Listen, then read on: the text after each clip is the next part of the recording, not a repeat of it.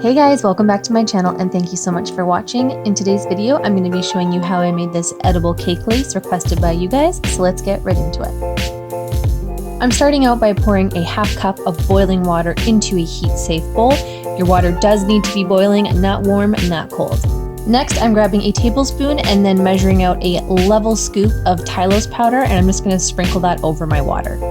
Next, I'm grabbing a fork and I'm going to start mixing the Tylose and the water together. It's going to turn into this like gelatinous looking mess. That's totally fine. Once you've got it all combined, you want to let it sit for about 10 to 15 minutes or until all those little white chunks turn clear.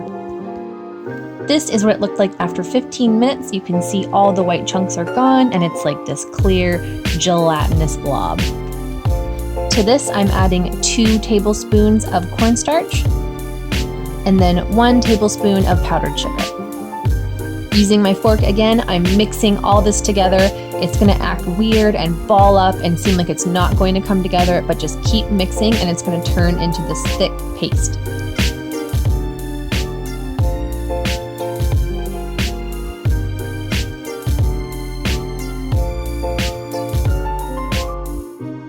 Once the dry ingredients are all incorporated, I'm adding a ½ teaspoon of clear corn syrup.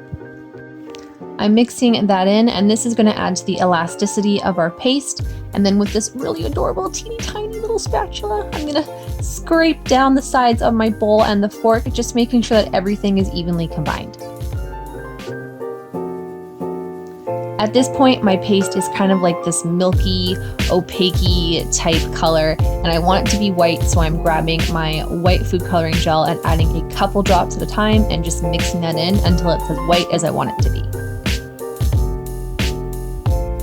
After that was incorporated, my paste looked like this, and I'm gonna add another teaspoon of that boiling hot water just to kind of loosen it up a bit. You do not want to add too much water because then your sugar lace is going to be super brittle and break and thin, and you don't want that. So you want to be really careful with how much water you add. You are looking for a generally thicker paste. So this was a final result. You can see it's pretty fluffy. It still has some of that stretchiness to it, but it's loose enough that I'm going to be able to spread this into my mold. I have a silicone mold here. This is the same one I used in my white Christmassy winter themed wedding cake. If you want to check that video out, I'll link it above. And I'm taking a little bit of that mixture on my small spatula and I'm going to start spreading that into my silicone base. I want to make sure that I'm coming at it from all different angles, and I'm going to scrape that back and just go over each section, making sure I didn't miss anything. And now I'm going to use my bench scraper just to go over the whole thing, really get rid of any excess, and I'm also going to take one more check to see if I have to fill in any little pockets that I missed. At this point, you can either let it set overnight or it needs to go in the oven at 110 degrees Fahrenheit for 10 to 15 minutes. While mine is setting in the oven, I just wanted to quickly show you how easy it is to color this as well. It doesn't have to be just white. If you are going to add a color though, I still suggest that you add the white first because it's going to make the colors more prominent. I have a little bit of teal food coloring gel and I'm just adding a little bit in and mixing it through. I've pulled my lace out of the oven and I'm just checking to make sure that it's dry by touching a couple spots and making sure none of it comes off my finger. You'll see that it started to pull away from the edge of the mold as well. I've found that the easiest way to get the lace out is to flip your mold over and then just start peeling it back slowly. Your other hand can help guide the lace out.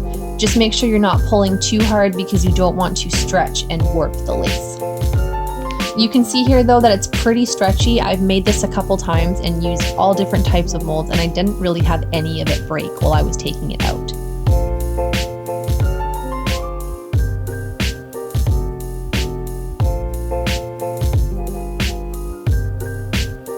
So this is what it looked like. I'm just messing around with it here to show you that it's pretty durable.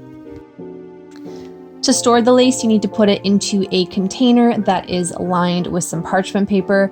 Once you put the lace in, you need to put another layer of parchment paper on top. The stuff will stick together if you store it incorrectly, and this is going to keep it from getting really hard and crispy. And this was the final result, guys. I hope you found this video useful. I think that this homemade sugar lace is very comparable to store-bought like Sugar Veil, so you should give it a go. Thank you so much for watching, and I will see you in the next one.